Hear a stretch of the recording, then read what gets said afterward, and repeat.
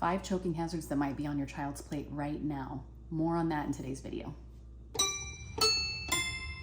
Little bit. Hey everyone, Stephanie here, one half of the founding team of Little Bits of Language, and I'm here to talk to you today about choking hazards for children under 5. Before we get into that, I want to remind you to subscribe and share this video. You can go on and find us through other social media channels if there's other information that you don't want to miss out on. And you can head over to our website, littlebitsoflanguage.com, for more information on anything we discussed today and in future videos. All of those links can be found in the caption, so don't bother yourself with finding that right now. And because today is such an important topic and we want to kind of keep it lighthearted, we did hide some Easter eggs throughout the video. There are no less than 10 for all you fellow nerds out there. So let's see if you can find those while we're going through today's topic. Now let's get into it. Do or do not. There is no try.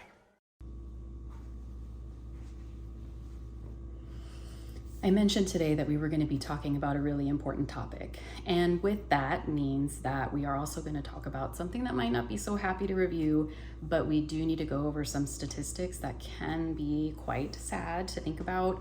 But this just goes to show that it does impact people. It's a real world issue and it's something that occurs a lot. So the 4th leading cause of unintentional death in children under 5 is choking, something that we are going to talk about today. And 1 child passes away from a food choking incident at least every 5 days. So that's something that is happening pretty frequently. And throughout the entire year, we have at least 12,000 children that are taken to the emergency room for food-related choking injuries. All right, let's get into the actual foods that we're talking about today. We're gonna kind of break them into 5 big classes of food. So the first one we're going to talk about is anything that's very hard or firm, and especially if it's spherical. So think of something like a grape.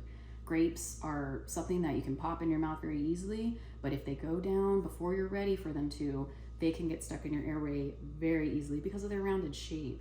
So it's something that, again, it doesn't mean you can't deliver this to a child. Some of the other things that are, I didn't have raisins, but for the sake of it, I have a giant date. It's a giant raisin, but raisins, grapes, cherry tomatoes, hard candies. I'm trying to think, even ice cubes. They're not necessarily rounded, but it's something that you tend to throw in your mouth whole and try to enjoy it that way, especially on a hot day. So I totally get it. But one way to make it safer, because again, I'm not saying you can never give these to a child. It just means know their system. If you feel like they're ready for it and you can monitor them. One safer way to do it is to go ahead and chop it up. Let me get my sharper. Real quick.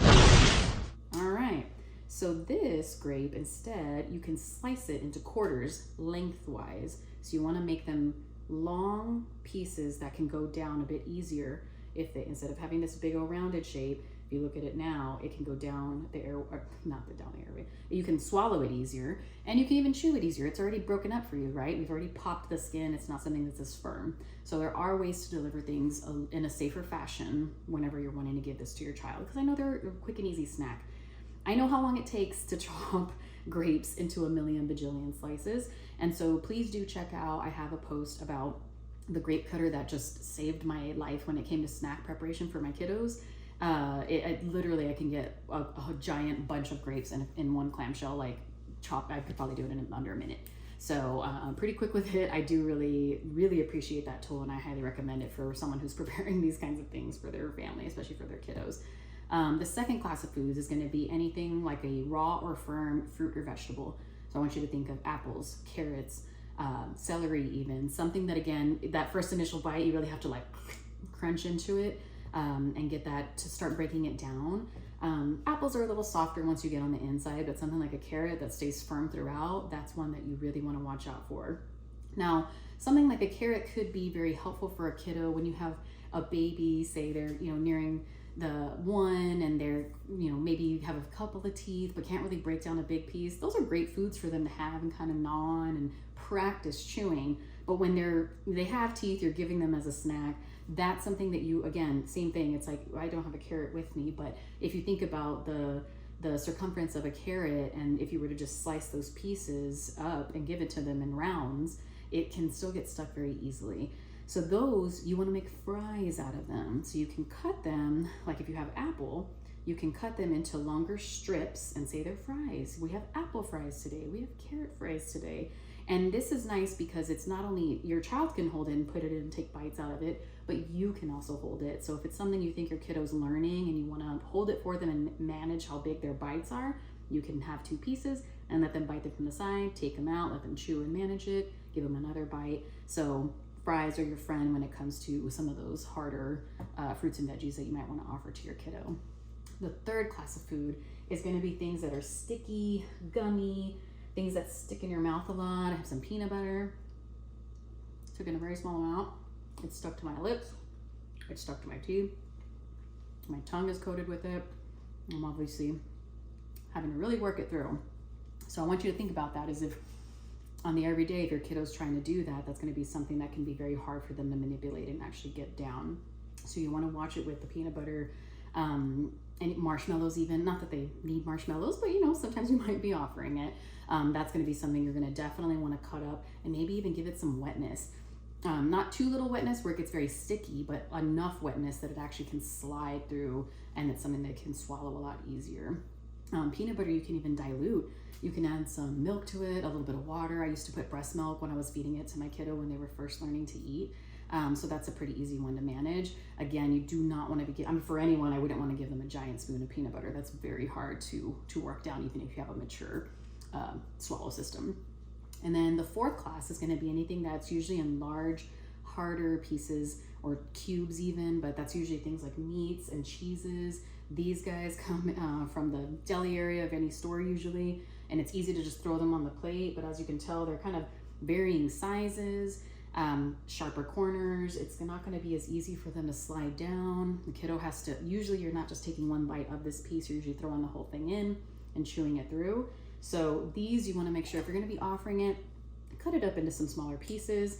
You want to be able to give it to something that, the pea-sized, I would say, especially for a kiddo, is going to be very helpful. Again, I know it takes more time to prepare, but better safe than sorry, right? I would rather be giving them these tiny little pieces than a big old hunking cube that they can choke on a lot easier. Again, the whole point is to minimize the risk. We don't have to necessarily take it all the way away, but something to think about.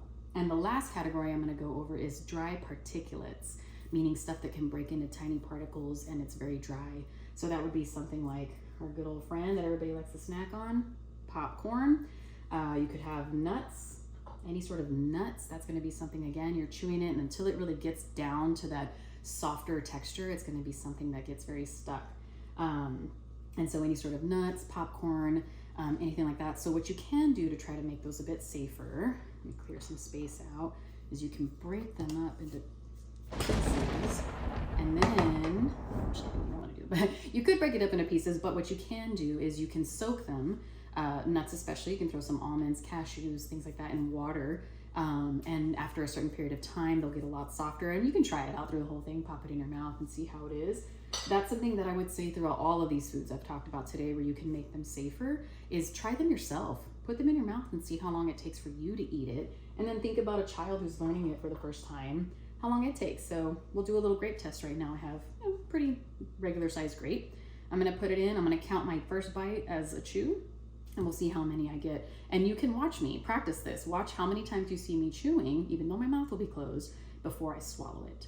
And I'll signal when I swallow. So I'm going to start here.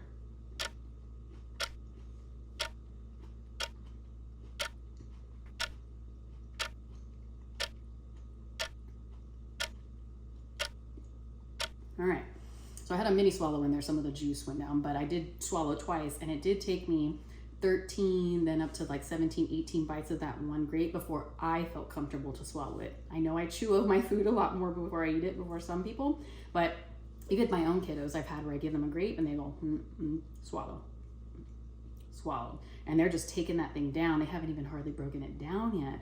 So we want to make sure not only for it to digest better, but also to make sure, again, to minimize that choking risk, that they don't have to sit there. And the longer the food has to stay in their mouth to manipulate, the more chances they have to choke on it.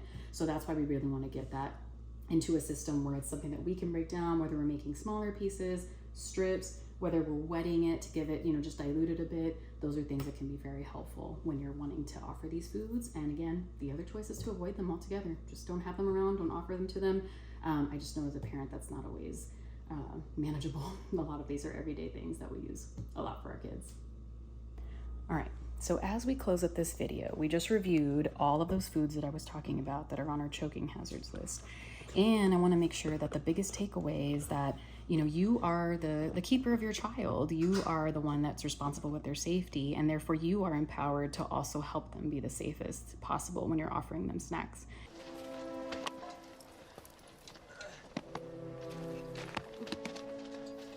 So make sure that you remember my rule of thumb as far as putting it in your own mouth, chewing it, seeing how much you have to manipulate it whenever you're thinking about foods you're offering to your child, because we by no means went over an exhaustive list today, but we did go over the biggest choking hazards. And so feel free to review the video to check those again. You can also check our choking hazard chart that we have available on our website. If you want that for easy access, you can even share that out to anyone you know that you think this information might be helpful for.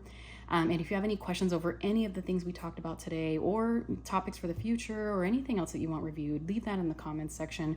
We're happy to go over those and offer you more information. That's what we're here for, is to make sure that you get the most helpful information possible for those questions that you have that are really important for your everyday.